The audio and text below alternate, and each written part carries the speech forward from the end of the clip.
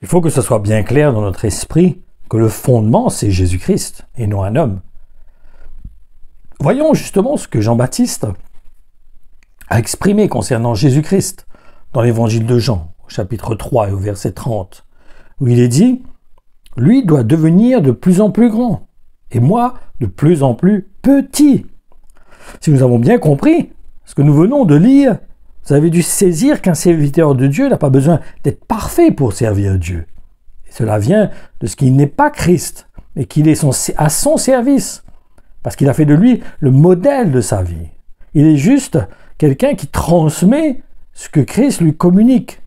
Ça ne veut pas dire pour cela qu'il est arrivé à la perfection, mais il est un intermédiaire, un canal quelque part, pour transmettre ce que Christ lui révèle. C'est pour cela que l'apôtre Paul a rappelé aux chrétiens de Galate que ce qu'il enseignait concernait principalement l'œuvre de Jésus-Christ sur la croix. Et l'apôtre Paul dit aussi qu'il a dépeint Jésus-Christ, ce qui signifie qu'il a expliqué clairement l'œuvre accomplie par Jésus-Christ. En effet, il est dit « Ah, mes pauvres amis Galates, que vous êtes donc insensés! Qui vous a fasciné ainsi? On dirait que vous avez été ensorcelés.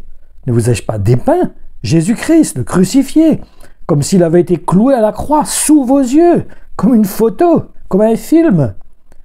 Où est restée votre compréhension de sa mort? Je ne vous poserai qu'une seule question. Comment avez-vous reçu le Saint-Esprit? Était-ce parce que vous aviez accompli strictement les œuvres exigées par la loi? Parce que vous aviez observé toutes les ordonnances rituelles? Ou bien plutôt parce que vous avez accueilli avec foi le message de la bonne nouvelle? Manquez-vous à ce point d'intelligence? Vous avez commencé votre vie chrétienne avec l'Esprit de Dieu et vous voulez maintenant la parachever par vos propres efforts? Croyez-vous que vous atteindrez la perfection par des pratiques toutes matérielles? Non, bien sûr que non. Il faut être clair que nous ne pourrons pas, puisque Christ est venu mourir sur la croix parce que nous étions incapables justement de faire la volonté de Dieu. La seule possibilité de faire la volonté de Dieu, comme nous explique l'apôtre Paul, c'est dans notre communion avec Jésus-Christ, par l'aide du Saint-Esprit en nous. Je donne souvent cette image, c'est comme un coach en fait, qui est là pour nous booster, pour nous pousser, pour nous encourager à prendre le chemin avec le Seigneur et d'être comme Jésus, mais pas par nos propres forces, par son aide, par son soutien, par l'intervention de son esprit en nous.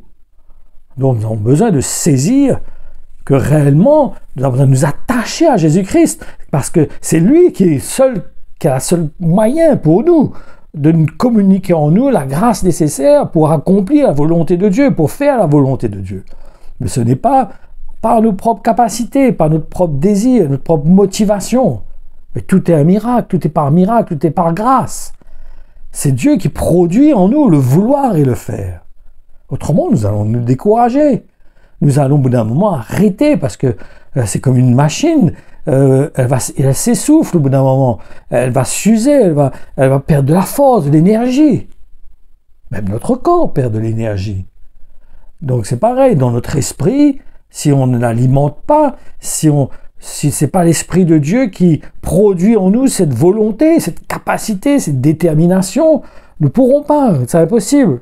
Parce que ce n'est ni par la force, ni par la puissance, mais c'est par l'Esprit de Dieu. Donc, encourageons-nous et gardons les yeux fixés sur Jésus-Christ.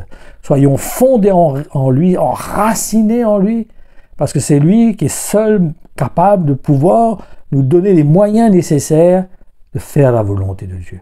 Que le Seigneur vous bénisse, qu'il vous encourage, que sa grâce accomplisse son œuvre dans votre cœur, illumine les yeux de votre cœur et emmène vos pensées à être captifs de l'obéissance de Jésus-Christ. Soyez pleinement bénis.